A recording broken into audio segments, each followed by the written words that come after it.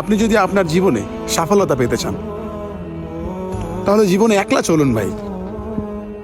আর একটা কথা মনে রাখবেন, জীবনে যখন আপনি একলা পথ চলা শিখবেন আপনাকে আর কেউ ঠেকাতে পারবে না।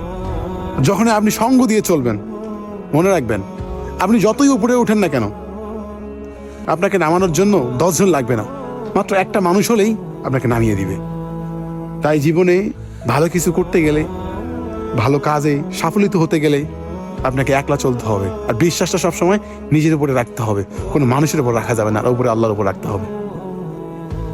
লাইফে যখন আপনি অন্যের উপর ডিপেন্ড করবেন, অন্যের উপর ভরসা করবেন, এমনকি যখন আপনি সঙ্গ দিয়ে চলবেন, যে কোনো একটা কাজ করতে যাবেন সবার সঙ্গে পরামর্শ করবেন, হয়তো বা এটা বলবেন যে এটা করবো এটা করবো, এইসব যখনই করতে যাবেন ভাই, আপনি হাজার হাজার টাকার মালিক হলেও আপনি একসময় শূন্য পকেট হয়ে যাবে আপনার।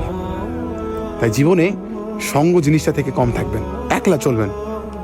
যেখানে মনে হচ্ছে যে আমি একলা যেতে পারবো না, নিজের মনের প্রতি নিজের প্রতি বিশ্বাস রাখতে হবে, আমি যাইতে পারবো।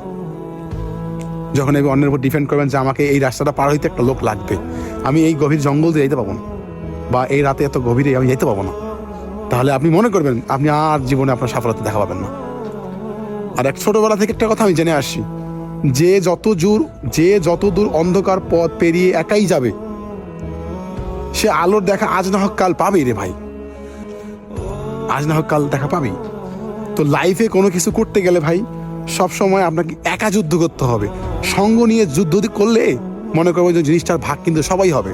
আর আপনি যখন একটা খেলার মাঠে একাই যুদ্ধ করে একাই মাঠে জিতে চলে আসবেন, মনে রাখবেন ওই জয়ীর কাপটা কিন্তু আপনি একাই পাবেন, তখন আর 10 জন ভাগী আর থাকবে না।